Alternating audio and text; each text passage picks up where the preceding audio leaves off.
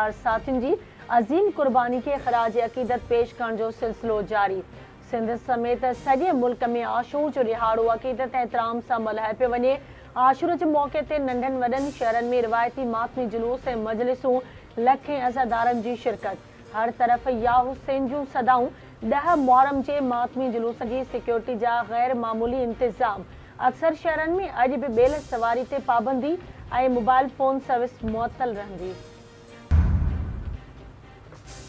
कराची में आशूरा जो मरकज़ी मातमी जुलूस रवान दवां सदर, एमेजना रोड ऐं ॿियनि रवायती रस्तनि खां थींदो। हुसैनिया, ईरानिया, खारा दरमियान थींदो। जुलूस जे रस्तनि ते कंटेनर्स लॻाया विया। मातमी जुलूस जे रस्तनि जी निगरानी लाइ बुलंद इमारतुनि ते निशानेबाज़ मुक़रर।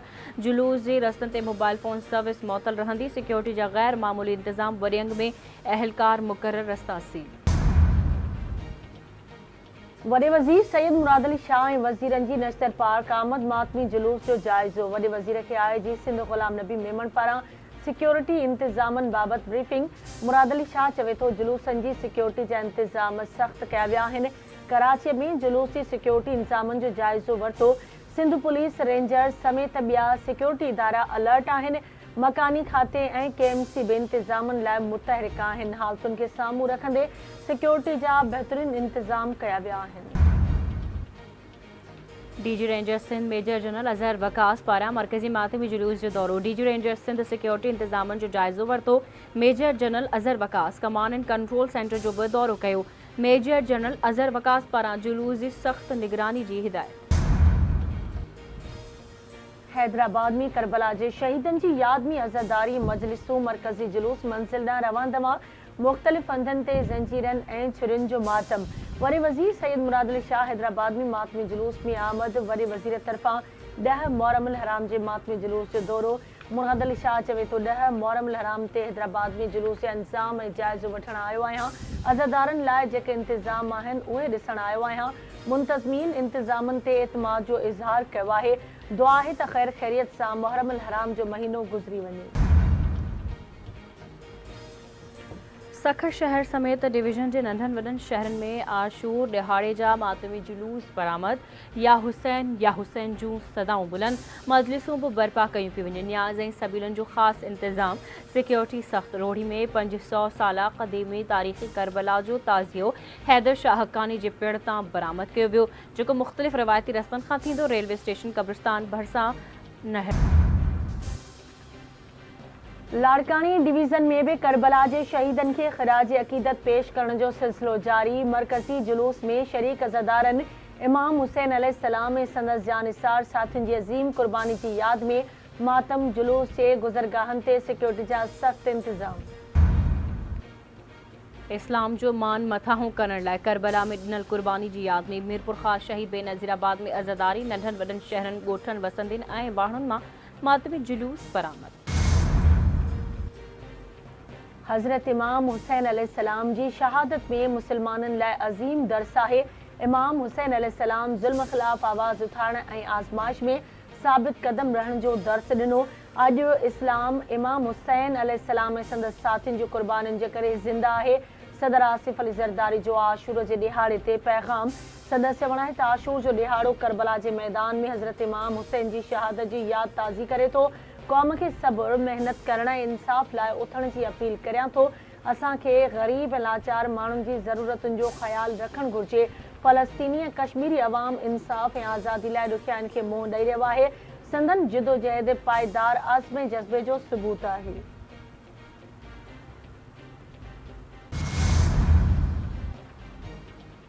करबला जे मैदान में शहीदनि जे रत इहो साबित करे छॾियो त हक़ लाज़वाल ऐं बातिल मिटजण लाइ आहे।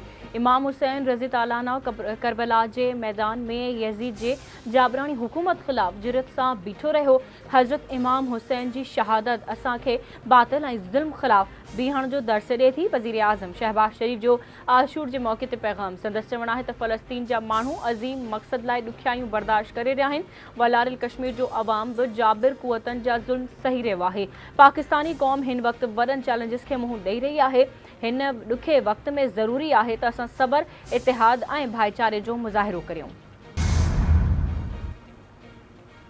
PP चेयरमैन बिलावल भुट्टो ज़रदारी जो आशूर जे ॾिहाड़े ते पैगाम।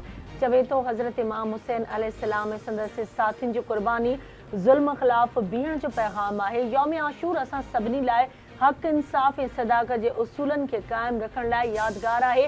हज़रत इमाम हुसैन अलैहिस्सलाम ऐं संदसि कुटुंब जूं क़ुर्बानियूं इंसानियत लाइ मशले राह आहे।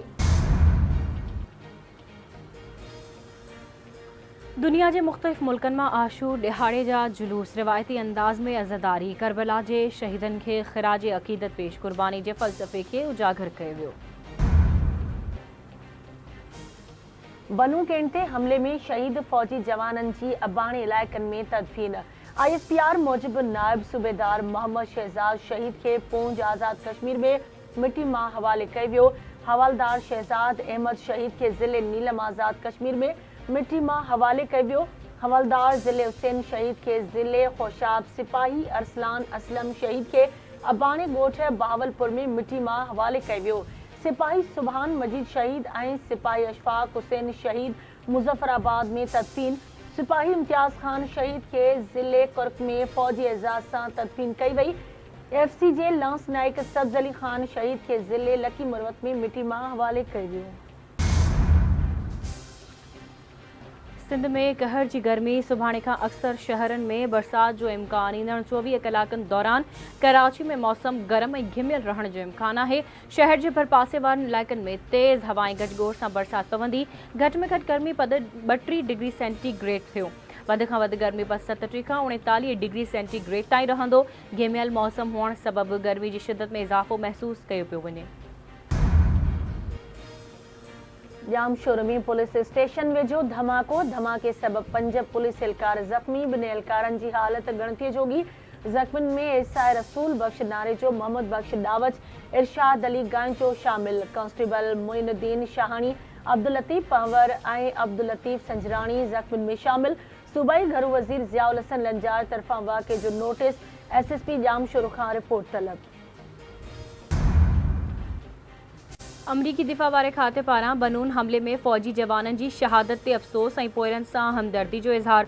पेंटागन जे तर्जुमान मेजर जनरल पिट रेडर चयो आहे त दहशतगर्दी जे ख़ात्मे लाइ अमरीका ऐं पाकिस्तान माज़ीअ में बि कमु करे चुका आहिनि। अहिड़नि तरीक़नि ते ॻाल्हियूं कंदा रहिया आहिनि जिन सां असां गॾिजी कमु करे सघूं। पाकिस्तान सां सिक्योरिटी सहकार जा लाॻापा बरक़रार रखूं पिया। पाकिस्तानी अवाम इंतिहा पसंदनि ऐं दहशतगर्दनि हथां वॾो नुक़सानु खंयो आहे। इलाइक़ाई सलामती खे ख़तरनि खे मुंहुं ॾियण लाइ पाकिस्तानी अवाम ऐं हुकूमत सां गॾियल मुफ़ाद आहिनि। अमरीकी परॾेही खाते जे तर्जुमान मैथ्यू मिलर जी प्रेस ब्रीफिंग। संदसि चवणु आहे त तालिबान ते ज़ोर ॾींदा रहिया आहियूं त हू उन ॻाल्हि खे यकीनी बणाइनि त दहशतगर्द हमला अफ़गान सरज़मीन तां न थियनि। पाकिस्तानी मईशत जी बहितरी समेत केतिरनि ई अहम मामलनि ते कमु करे रहिया आहियूं। अमरीका के सदर जो बाइडन मुल्क की सुप्रीम कोर्ट में वॾियुनि तब्दीलियुनि जो मनसूबो ठाहे वरितो। सदर जो बाइडन इन बाबत पंहिंजूं तजवीज़ूं ईंदड़ कुछ हफ़्तनि में पेश कंदो, जिनमें जजनि जे उहिदे जो मुद्दो मुक़ररु करण ऐं इख़्लाक़ी क़दरनि ते लाज़मी अमल करण शामिल हूंदो। सदर बाइडन आइनी माहिरनि ऐं कांग्रेस मेंबरनि सां सलाह मशवरा मुकम्मल करे वरिता।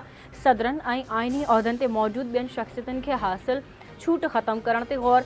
जो बाइडन की तजवीज़ुनि लाइ कांग्रेस की हिमायत घुर्बल हूंदी।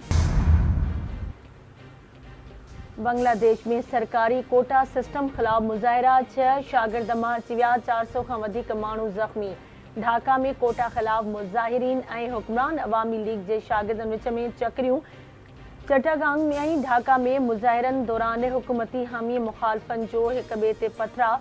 पुलिस पारां मुज़ाहिरीन खे छिड़विछिड़ करण लाइ ॻोढ़ा आणींदड़ गैस ऐं रबड़ जूं गोलियूं इस्तेमाल। अमन अमान बरक़रार रखण लाइ बांग्लादेश जी हुकूमत हाई स्कूल्स ऐं मदरसा अणॼातल मुदे ताईं बंदि करे छॾिया। बांग्लादेश जी हुकूमत तरफ़ां अमन अमान जी सूरतहाल बरक़रार रखण लाइ फ़ौजी दस्ता मुक़ररु।